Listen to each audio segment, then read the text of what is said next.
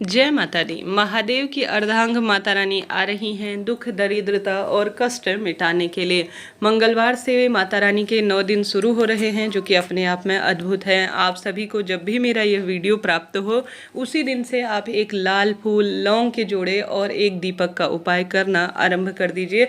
घर पर ही यह उपाय करना है, कहीं नहीं जाना। चाहे तो इसे प्रथम दिन करें, चाहे तो दूसरे दिन करें, चाहे तो लगातार 9 दिन करें। निश्चित ही आपके कष्ट, संकट, पीड़ा माता रानी और महादेव खुशियों के स्वरूप में भर देंगे। यह दिन चमत्कारी है। इस वर्ष तो बहुत दुर्लभ संयोग हो रहे हैं जब माता रानी घोड़े पर सवार होकर आ रही हैं और पूरे 9 दिनों तक एक भी दिन खंडित नहीं है, हर एक घर में वास करेंगी।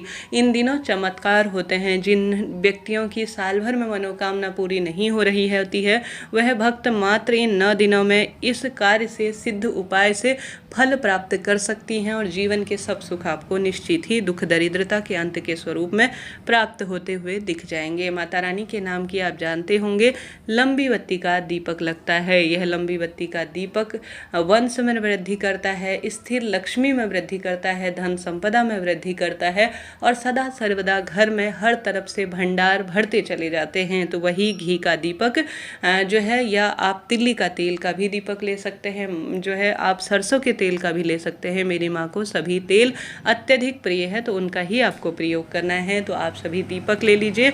आप मिट्टी का ही दीपक प्रयोग में लें, परंतु वह साफ सुथरा होना चाहिए, इस बात का ध्यान रखें। भले ही आप पुराना ले रहे हैं, आप सभी को जो है माता रानी के समक्ष रोज जो है इस दीपक को रखना है। साथ ही आप सभी को लेना है एक लौंग का जोड़ा। लौंग का जोड़ा एक ऐसा उपाय है, एक ऐसा सिद्ध कार्य है जो कि हर मनोरथ सिद्ध कर देता है। साथ ही लाल फूल आप जानते होंगे, माता रानी को सबसे अधिक जो प्रिय वस्तु होती है वह लाल रंग की चूड़ी, बिंदी, माता रानी को महावर, मेहंदी।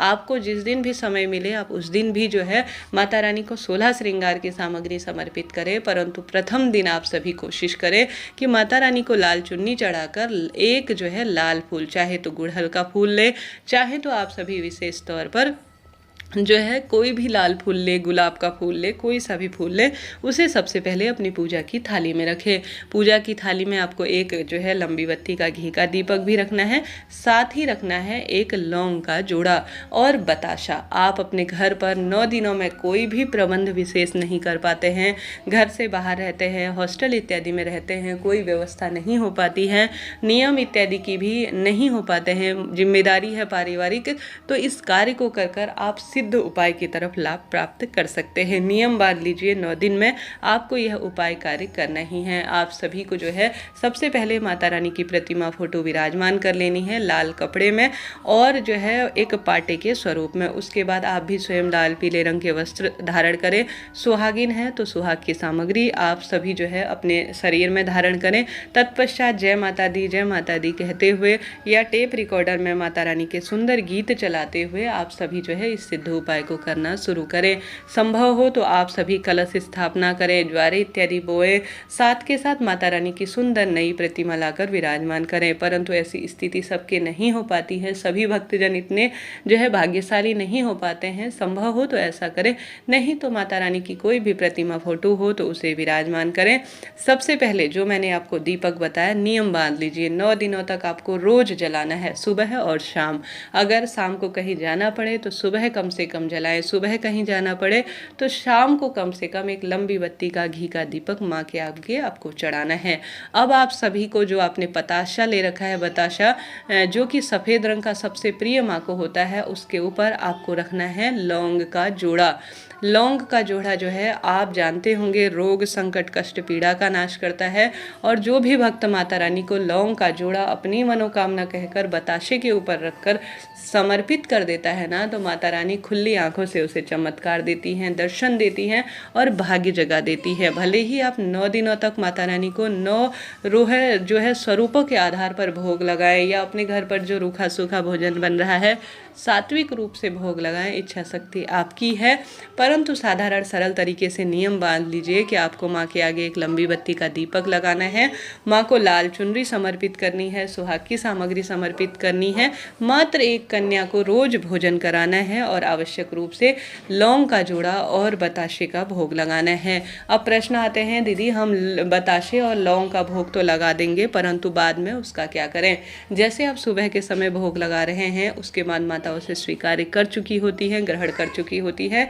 अब आप सभी जो है किसी हवन कुंड इत्यादि में अपने घर पर ही अज्ञारी के माध्यम से उस लौंग के जोड़े को आहुति के स्वरूप में, बताशे को आहुति के स्वरूप में माँ को समर्पित कर सकती है अग्नि में, या जो है लौंग का जोड़ा आप सभी माँ के आगे समर्पित करने के बाद जो है प्रसाद के रूप में स्वयं भी ग्रहण कर सकती हैं। लौंग का जोड़ा अनिष्ट को दूर करता है, संकट को दूर करता है। जो भी अग्नि के माध्यम से माँ को जो है लौंग का जोड़ा और बताशा भोग में दे देता है उसके भाग्य खुली आंखों से खुलते हैं।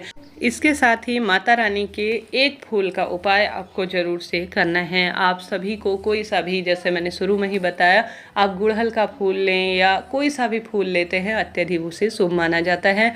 उसे नियमित रूप से अपनी मनोकामना कहते हुए या तो माता रानी के मंदिर में जाकर उनके चरणों में समर्पित करें या घर पर जो है माता रानी की प्रतिमा फोटो के आगे रोज नियम बांध लीजिए, एक दीपक लगाना है। माँ को कोई भी वस्तु का, जो मैंने बताशा और लौंग का, कम से कम उसका भोग लगाकर लाल फूल उनके चरणों में नियमित रूप से समर्पित करना है।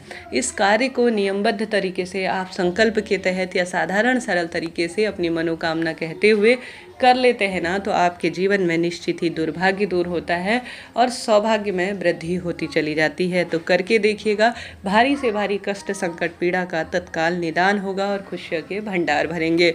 तो हमने बात कर ली प्रथम उपाय की, बढ़ते हैं दूसरे सरल से उपाय की तरफ। देखिए, प्रथम वाला सबसे सरल उपाय मैंने इसलिए बताया क्योंकि आजकल बिजी लाइफ है, थोड़ा सा ऑफिस का सबके काम रहता है, बच्चों के काम रहता है, 9 दिनों में कहीं ना कहीं जाना पड़ जाता है। ऐसी स्थिति में सरल नियम लिया जाए तो मनोकामना और उस नियम को पूर्ण होने में बहुत अच्छा समय बीतता है। तो इसलिए आप सभी को यह कार्य जरूर से करके देखना है, लाभ होगा। साथ ही घट स्थापना का जो शुभ मुहूर्त हो रहा है वह जो है नवरात्रि में सुबह 6:02 से 10:16 के आसपास प्रथम वाला हो रहा है। दूसरा शुभ मुहूर्त, जिसे अभिजीत मुहूर्त कहा जाता है, वह 11:57 से 12:58 के आसपास हो रहा है। मैंने स्क्रीन पर दिया हुआ है। इस शुभ समय में कलश स्थापना, घट स्थापना करते हैं तो बहुत शुभ इसे माना जाता है। तो प्रथम उपाय आपको करके देखना है, लाभ आपको मिलना ही है। नवरात्रि का प्रथम दिन है, गुरुजी ने साफ स्पष्ट शब्दों में कहा है। हालांकि आप इसे किसी भी दिन करते हैं तो लाभ होता है। प्रथम दिन कहीं जाना पड़ गया है, कोई परिस्थिति ऐसी है, तो आप सभी को कोशिश करनी है कि प्रथम दिन आप सभी आवश्यक रूप से घर के दरवाजे पर अशोक या आम के पत्तों की बंधनवार बनाएंगे। हल्दी का थोड़ा सा पानी या साधारण सरल सा पानी घर के दरवाजे पर छीटन करेंगे। माता रानी आ रही हैं, यह प्रार्थना करते हुए घर के दरवाजे पर रंगोली बनाकर एक दीपक लगाएंगे, सुसज्जित अपने घर को करेंगे और माता रानी के आगमन के लिए तैयारी करेंगे। यह दिन चमत्कारी है। हालांकि उपाय तो कई प्रचलित है गुरुजी के, परंतु अभी जो सबसे साधारण सरल उपाय और चमत्कारी उपाय है, जिसे आप सभी नवरात्रि के दिन से आरंभ करते हुए करते हैं तो आपको इसका तत्काल फल प्राप्त होता है, वही आपको मैंने बताने का प्रयत्न किया। विस्तृत और अन्य जानकारी के लिए चैनल से जुड़े, लाइक करें, शेयर करें, सब्सक्राइब करें। जय माता दी।